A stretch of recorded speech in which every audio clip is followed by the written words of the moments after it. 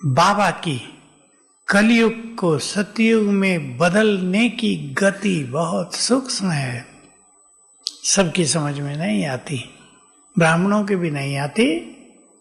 जो लिखा है शास्त्रों में उससे तो कुछ समझ में ही नहीं आएगा कोई। सृष्टि बनी बनाई, कलयुग का अंत आ गया है, इसको वो कैसे बदलता है। अब देखो, थोड़े में आप जान लें, थोड़े में बाकी सब चिंतन करेंगे। ज्ञानी बैठे हैं सभी।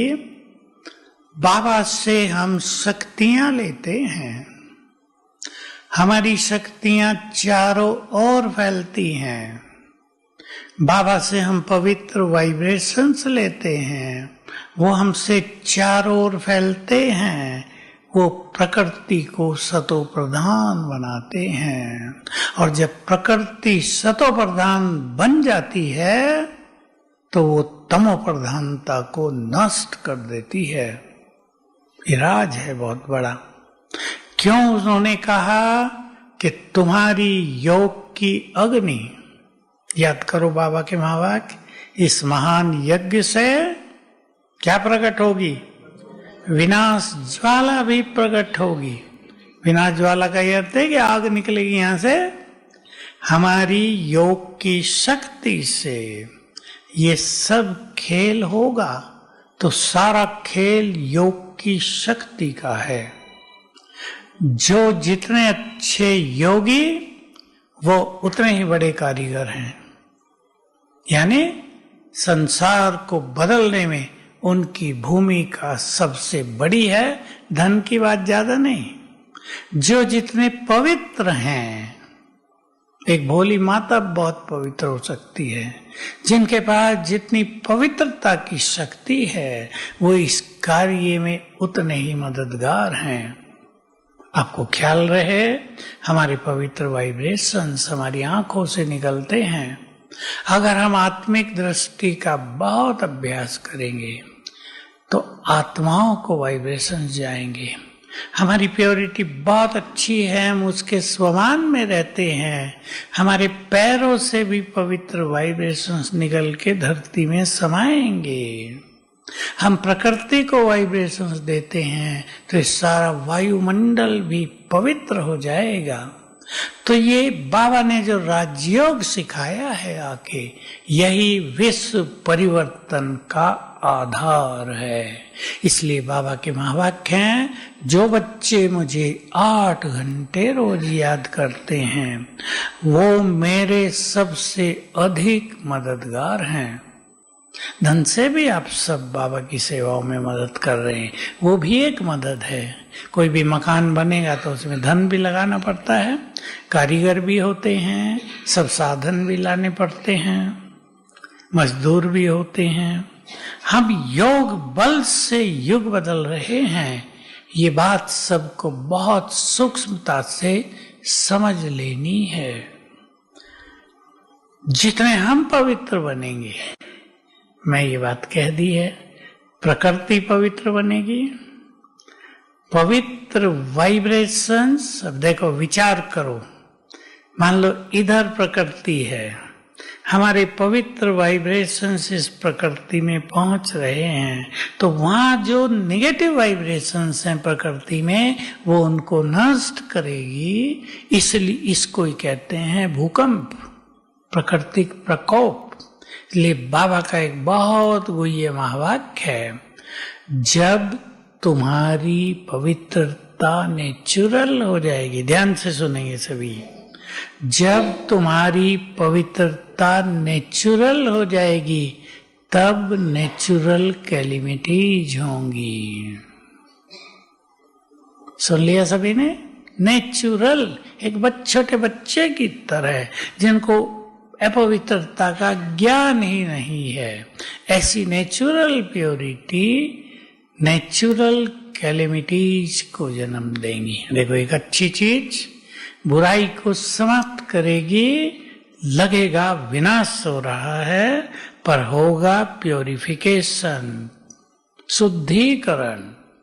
तो जब प्रकृति शुद्ध हो जाती है, ये बहुत बड़े रहस्य हैं, तो प्रकृति प्रकृति सब कुछ प्रदान करती है।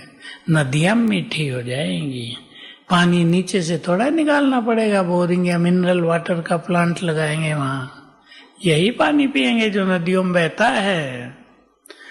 अमृत तुल्य होगा वो पानी। जो बड़ी उम्र के हैं, हमने तो देखा गांव में जो पानी बहता था नदियों से वही पीते थे लोग। खेतों के लिए पानी आता था वही पीते रहते थे।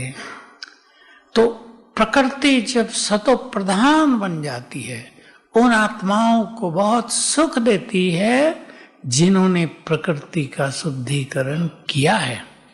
तो बाबा की शक्तियां हमारे द्वारा चारों ओर फैलती हैं। हम हो गए बाबा के इंस्ट्रूमेंट, कारीगर, निमित्त आत्माएं। जितना हम अपने को फ्री करेंगे, देखो हमें बाबा कैसे यूज करेगा, बहुत ध्यान से सुनेंगे। जिसके पास मैंपन है बाबा उससे यूज नहीं कर सकता, उसका मैंपन बाबा की शक्तियों को यूज ही नहीं होने देगा और रोक देगा। जिन्होंने पूरा समर्पण भाव अपना लिया है, जो पूरे निर्मल और निमित्त भाव में स्थित हो गए हैं, उनको बाबा यूज करता आया है और आगे चल के बहुत करेगा। तो खेल इस तरह बदलता है। अब देखो, जो देव कुल की आत्माएं थी वो अब नीचे उतर आई। अब वो करोड़ों है ना, अभी वो जागी नहीं है, सब अभी जगी नहीं है। करोड़ों को आना है। सुना है ना सभी ने, 2 करोड़ तो सतयुग के अंत तक की आबादी। 2 करोड़ तो बहुत अच्छा ज्ञान योग करेंगे ना, उनको सबको आना है। कौन लाएगा? हमारी योग की शक्ति, हमारी प्योरिटी की शक्ति, हमारा सकाश देना।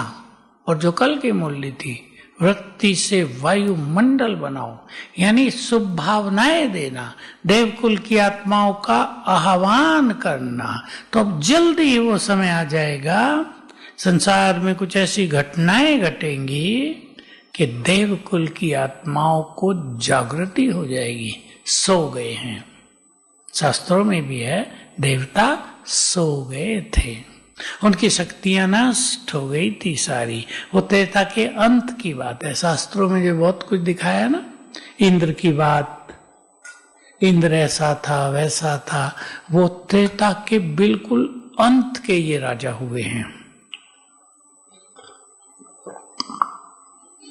देवता थे लेकिन सारी शक्तियां खत्म हो चुकी थी। तो वहां दिखा दिया असुरों ने उन पे कब्जा कर लिया, अर्थात माया ने कब्जा कर लिया। तो किस तरह सूक्ष्म रूप से युग बदल रहा है, बहुत कुछ बदल रहा है, अंदर अंदर बदल रहा है। इसमें प्रभु प्लान देखो और ध्यान से सुनेंगे। उसके जो अनमोल रतन हैं, कितने हैं वो? कितने हैं? 16,000 भी हैं, लेकिन सबसे ज्यादा अनमोल 108। उनके द्वारा युग परिवर्तन का काम बहुत ज्यादा हो रहा है। होगा ही नहीं, हो रहा है। भिन्न भिन्न पाठधारी बनकर वे आत्माएं महान कार्य कर रही हैं और युग बदलने में वे ही शिव बाबा के सबसे ज्यादा सहयोगी हैं। तो हम सभी कारीगर हैं, मनुष्य को देवता बना रहे हैं, अपने को भी देवत्व की ओर ले जा रहे हैं, प्रकृति को भी पावन कर रहे हैं।